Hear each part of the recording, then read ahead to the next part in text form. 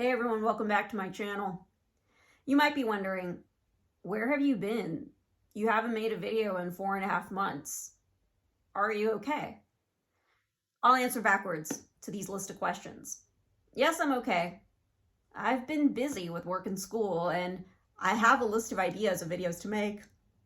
So on top of that, I've been procrastinating. Today, I'm going to talk about a subject that I woke up in the middle of the night and I actually wanted to make this video at 3 a.m., but I thought it would be wise to go back to sleep. And lo and behold, it is in the afternoon and I feel a lot better because I slept. I am going to talk about a story of a comment that I made in one of the videos that I've posted a year and a half ago regarding criticisms that I receive. And it's going to be specifically about a comment that I had about the Queen of Self-Promotion.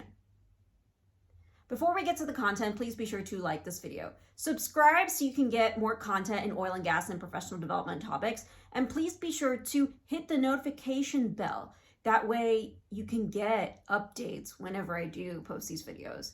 Because as I've told you before, I upload whenever I want. Well, let's get to the content.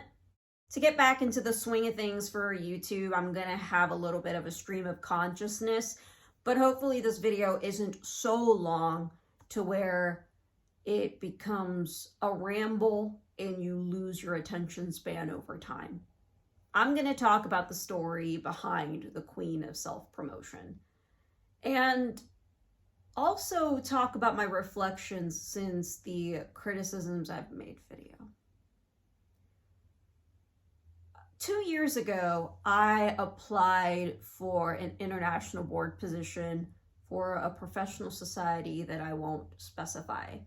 Before I get into the story, one thing I will say is that the people that I have received feedback from, or the people that I do talk about the story, is not representative for the entire society. And I'm sure you can read between the lines of what society I'm referring to. I applied for a position, and I've applied for this position multiple times in the past, and I haven't gotten it, and it never really affected me much. It's more once I get more experience, once I get or fulfill some of the specifications that I get from the feedback, then I should be okay. The most recent year I applied for this particular position hit me the hardest. Not because I wasn't selected for it, because obviously whoever does get selected for it is well-deserved, and this is not to discount the selection process at all. But it was the feedback that really had taken me back and made me think a lot about what my priorities should be. When I applied for this position, I got some of the feedback saying that, well, the other candidate had more experience. That's okay. No harm, no foul there. But there was a perception of me, or a negative perception of me, that I felt that was a little bit unfair. For instance, a piece of feedback that I've gotten is, you're volunteering for your own personal benefit, you're stretching yourself too thin. But the one that took the cake was the fact that I was called the Queen of Self-Promotion, and I'm only doing this to boost myself up. I have clarified before that everything I have done wasn't for the sake of self-promotion, and there's a fine line between expressing humility and self-promotion. It's kind of necessary to do well and to be noticed, but at the same time, you shouldn't let that consume you. You have to let your actions speak louder than your words. However, when I did get this piece of feedback from an organization that I have greatly trusted, I did sit down with other people that are a part of the positions that I was applying for, and have gotten a range of feedback on how I can do better in the future. But the whole Queen of Self-Promotion was lingering around my mind, and it made me realize what my priorities were and who I should be spending more time with.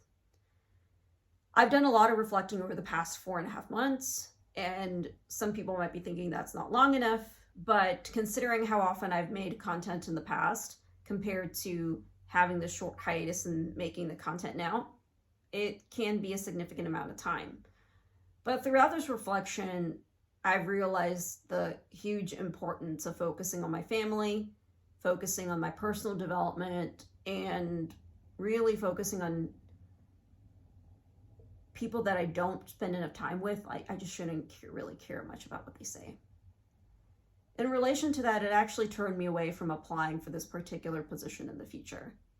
Because if there's going to be types of people that are going to assign bad intent to me without particularly knowing me, is it worth being a part of an organization and serving at that capacity? On top of that, I frequently ask myself this existential question. Are they going to show up at my funeral? And I've been asked this question before based on how much volunteering that I've done and how much I do spend my time outside of the house. And it really made me reflect a lot on my values. One thing I particularly value is not just my spirituality, but it's my family. I want to spend more time with people that I truly care about and that matter to me in my life. I'm sure a lot of you can relate to something like this, and feel free to share your feedback on that. But that was the story behind the Queen of Self-Promotion. It was something that made me very devastated, having that comment said to me. And it really made me think about, should I even pull the woman card?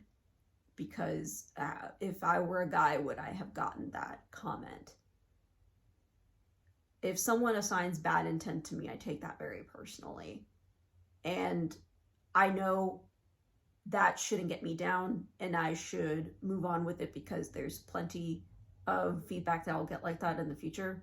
But that isn't to say that it will never hurt again. I wanted to provide that clarity and also make the statement that while investing in a professional society is very important, I've also learned where to spend the majority of my time in terms of personal development and in terms of personal fulfillment. I've learned that from people who didn't necessarily spend a lot of time in professional societies either.